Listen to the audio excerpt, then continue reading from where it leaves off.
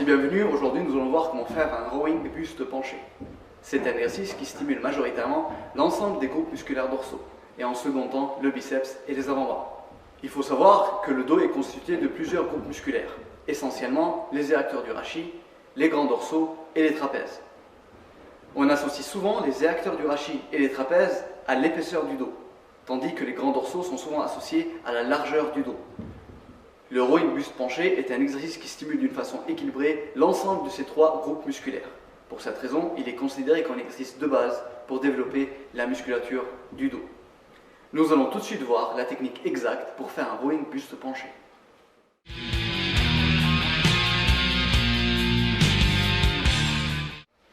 Alors la position de départ au rowing buste penché est exactement la même que le soulevé de terre. Donc je m'approche de la barre.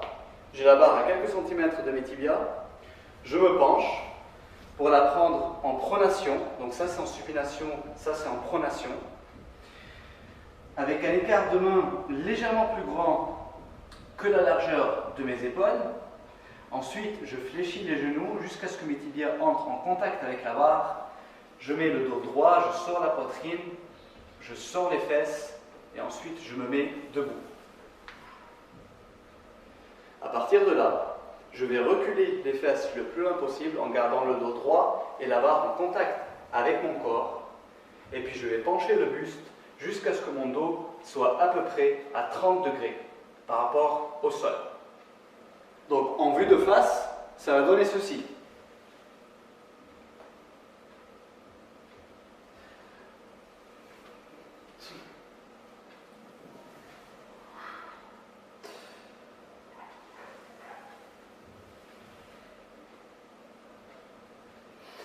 Donc à partir de cette position, remarquez que j'ai les genoux légèrement fléchis. Je ne vais jamais verrouiller les genoux pour ne pas traumatiser le bas du dos. Donc les genoux restent légèrement fléchis. J'ai le dos bien droit, jamais le dos rond.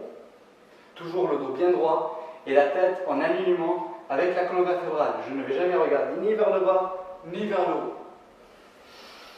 À partir de cette position, je peux commencer mon mouvement.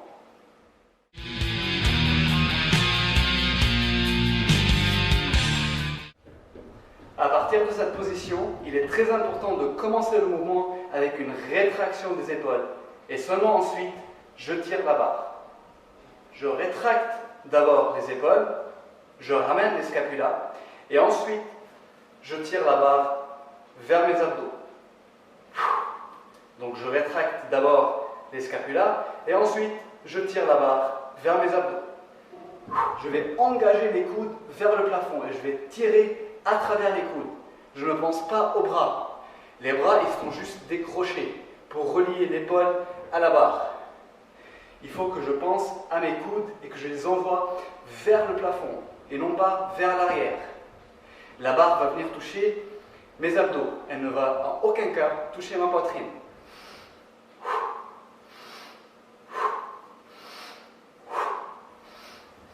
Quand je redescends, je décroche les épaules, ensuite je les replace et je tire.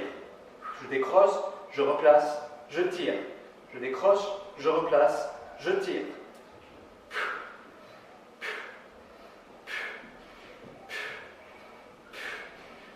Pendant tout le mouvement, je garde cet angle de 30 degrés avec le sol.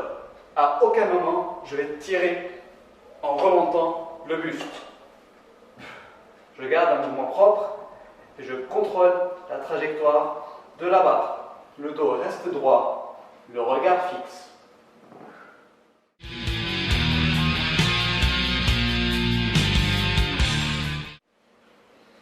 Dans tous les exercices de tirage, j'inspire quand je tire et j'expire quand je relâche, et non pas l'inverse. Donc j'inspire quand je tire et j'expire quand je relâche.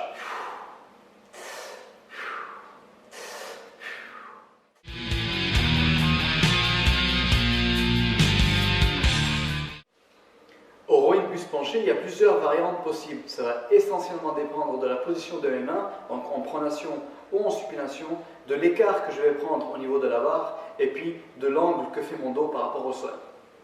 Dans cette vidéo, on va garder un angle de dos entre 30 et 45 degrés et puis je vais vous montrer une prise en supination serrée et une prise en pronation large. Donc le rowing buste penché en prise supination serrée va plus solliciter le biceps que le rowing buste penché en prise pronation.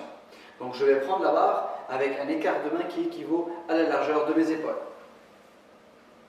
Donc bien sûr, je suis en supination. À partir de là, la suite de l'exercice, c'est exactement la même comme au rowing buste penché pronation. Donc je tire la barre en ramenant d'abord les épaules et puis je ramène la barre vers les abdos.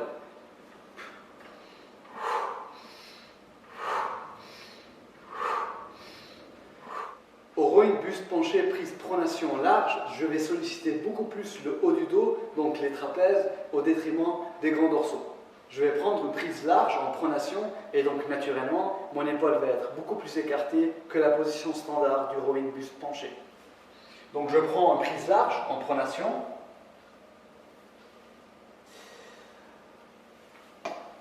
À partir de là, je vais rétracter les épaules et je ramène la barre au niveau du bas des pecs.